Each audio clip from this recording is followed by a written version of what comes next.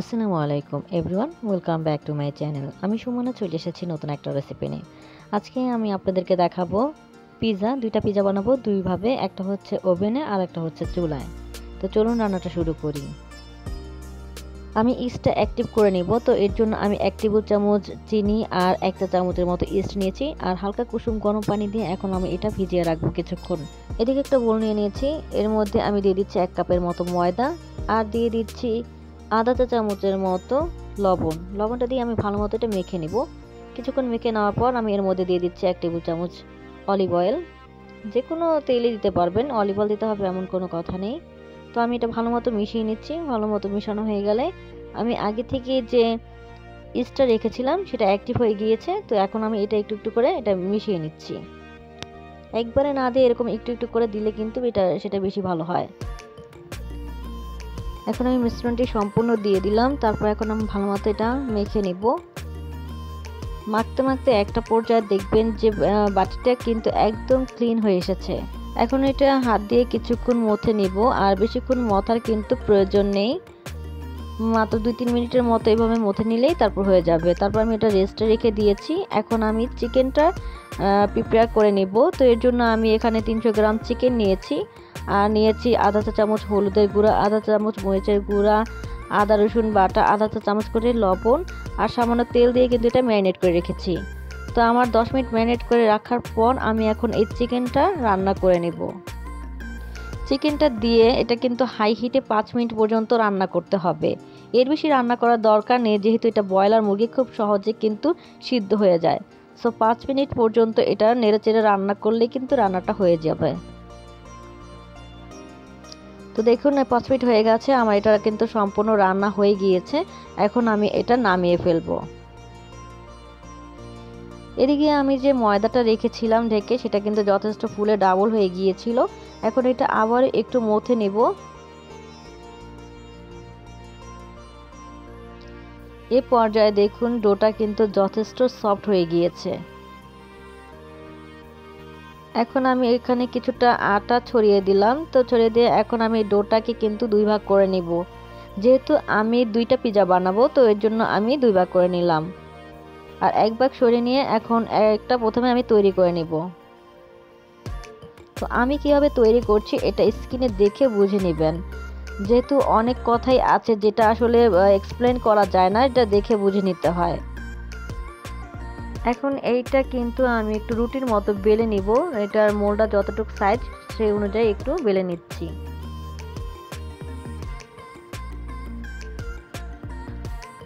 তো আমি বেলে নিয়েছি। এখন আমি মোলটা নিয়েছি, এই মোলটার মধ্যে আগে থেকে আমি তেল ব্রাশ করে নিয়েছি। তো এখন আমি এর মধ্যে এটা দিয়ে দিচ্ছি। আমি ডোটা দিয়ে এভাবে চারিদিক থেকে একটু চেপে চেপে দিব।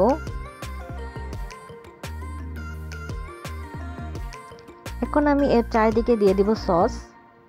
এটা আমি মেয়োনেজ, টমেটো সস আর রেড চিলি সসটা দিয়ে আমি তৈরি করেছিলাম, সেটাই এখন দিয়ে দিচ্ছি চারিদিকে।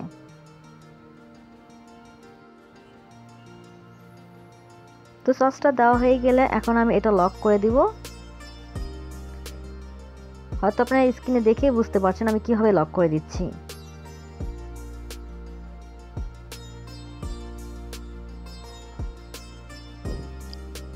লক করা হয়ে গেলে এখন আমি একটা কাঁটা চামচের সাহায্যে এর মাঝখানে এভাবে ছিদ্র করে দিচ্ছি।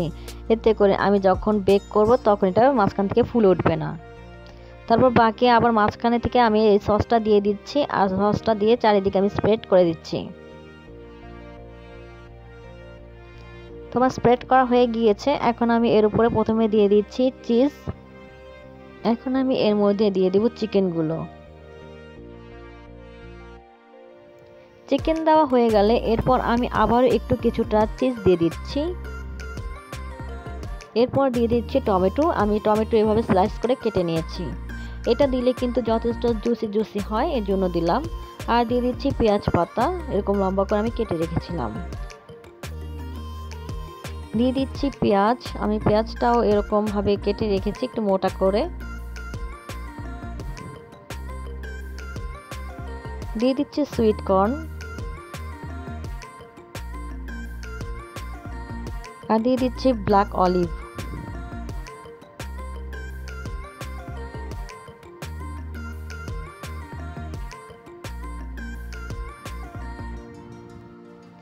ব্ল্যাক অলিভ দেওয়া হয়ে গেলে এরপর আমি এর মধ্যে দিয়ে দিব চিজ।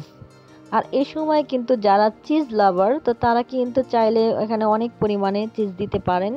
আর আমি যেহেতু চিজটা অতটা পছন্দ করি না, তো এর জন্য আর কি চিজটা কম দিলাম। এখন আমি দিয়ে দেব উপর থেকে অরিগানোটার ফ্লেভারটা খুব সুন্দর। আর এটা দিলে কিন্তু একদম অরিজিনালি পিজার যে স্বাদ সেটাই কিন্তু পাওয়া যায়।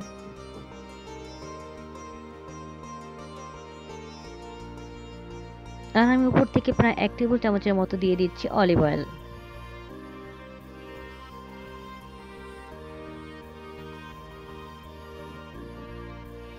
আর এরপর পিজার যে সাইড আছে সেখানে আমি ডিমের কুসুমটা ব্রাশ করে দিচ্ছি। আর এখানে কিন্তু ডিমের কুসুমটা ব্রাশ করলে কিন্তু সবচেয়ে সুন্দর একটা কালার আসে, যেহেতু আমি এটা চুলায় তৈরি করব এর জন্য ডিমের কুসুমটা দিয়ে আমি ব্রাশ করে দিচ্ছি। আর সাদা অংশটা বাদ দিয়ে শুধুমাত্র ডিমের কুসুম দিয়ে চেষ্টা করবেন যেভাবে ব্রাশ করে নিতে, এতে কিন্তু খুব সুন্দর একটা কালার আসবে। তো আমার এগ ব্রাশ করা হয়ে গিয়েছে, এখন আমি এটা চুলায় দেওয়ার পালা। আর এদিকে আমি চুলায় একটা হাঁড়ি বসিয়ে নিয়েছি, সাথে নিচে দিয়েছি একটা মোটা কাগজ। আর এখন আমি দিয়ে দিলাম বেকিং ট্রেটা। তো এখন এটা দিয়ে ঢেকে দিতে হবে। আর চেষ্টা করবেন সিলভারের ঢাকনা দিয়ে ঢেকে দিতে, তাহলে কিন্তু কালারটা খুব সুন্দর আসে। এখন আমি এটা 20 মিনিটের জন্য বেক করে নেব অল্প আছে, আঁচটা এই সময় বাড়িয়ে দেওয়া যাবে না। তো দেখুন আমার দুইটা পিজাই কিন্তু হয়ে গিয়েছে। তো প্রথমটা যেটা সেটা আমি ওভেনে করেছি, আর সেকেন্ড যেটা সেটা আমি করেছি চুলায়। তো ওভেনেরটা পাশ থেকে একটু শক্ত শক্ত হয়েছে, তেমন একটা নরম না, মোটামুটি পিজা যেমন হয় সেরকমই হয়েছে। আর পরেরটা যেটা চুলায় তৈরি করেছে সেটা যথেষ্ট রকম সফট হয়েছে, মানে চারিদিকে এত সফট হয়েছে। আর কালারটাও দেখতে পাচ্ছেন অনেক সুন্দর এসেছে। আর এটা হচ্ছে আমি যেহেতু ডিমের কুসুম দিয়ে ব্রাশ করেছিলাম, তো এর জন্য কালারটা এরকম সুন্দর এসেছে। তো প্রথমে আমি যেটা চুলায় তৈরি করেছি সেটা একটু কেটে দেখাচ্ছি আপনাদের। ঘরে কিন্তু কত সহজেই আমরা পিজাটা বানিয়ে ফেলতে পারি। ঘরে যদি এত সুন্দর পিজা বানানো যায়, তাহলে বাইরে থেকে কিনে আনার কি দরকার, আর টাকাই বা নষ্ট করার কি দরকার। তো আপনারা কিন্তু বাসায় চেষ্টা করবেন এভাবে পিজা বানানোর জন্য।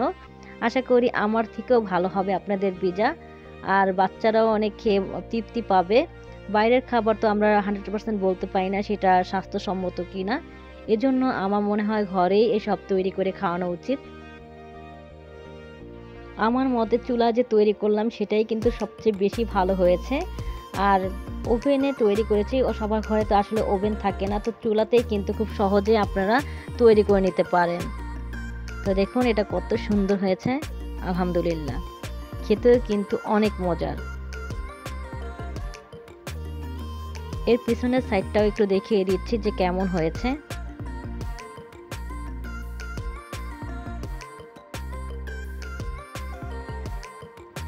আর এটা আমি তৈরি করেছি ওভেনে। ওভেনেরটাও কিন্তু খুব ভালো হয়েছে। তবে সবার ঘরে তো আর ওভেন থাকে না, তো তারা কিন্তু চাইলে খুব সহজেই কিন্তু চুলায় তৈরি করতে পারেন। আর আমার কাছে যদি বলেন যে কোনটা বেশি ভালো হয়েছে, তাহলে আমি বলবো দুটোই ভালো হয়েছে। তবে চুলারটা আমার কাছে বেশি সফট মনে হয়েছে, আর ওভেনেরটা সফট তেমন একটা হয়নি, যেমনটা আমরা দোকানে কিনতে পাই যেরকম থাকে ওরকমই। আর কালারটা কিন্তু সুন্দর এসেছে, যেটা আমি চুলায় তৈরি করেছি সেটার কালারটা সুন্দর এসেছে, আর এটার কালারটা কিন্তু তেমন একটা সুন্দর আসেনি। কিন্তু দুটাই খেতে খুব মজার হয়েছে, আলহামদুলিল্লাহ। আপনারা এভাবে বাসায় তৈরি করে দেখবেন। আর যদি তৈরি করে থাকেন অবশ্যই আমাকে জানাবেন আপনাদেরটা কেমন হয়েছে। আমাকে লাইক কমেন্ট শেয়ার করবেন।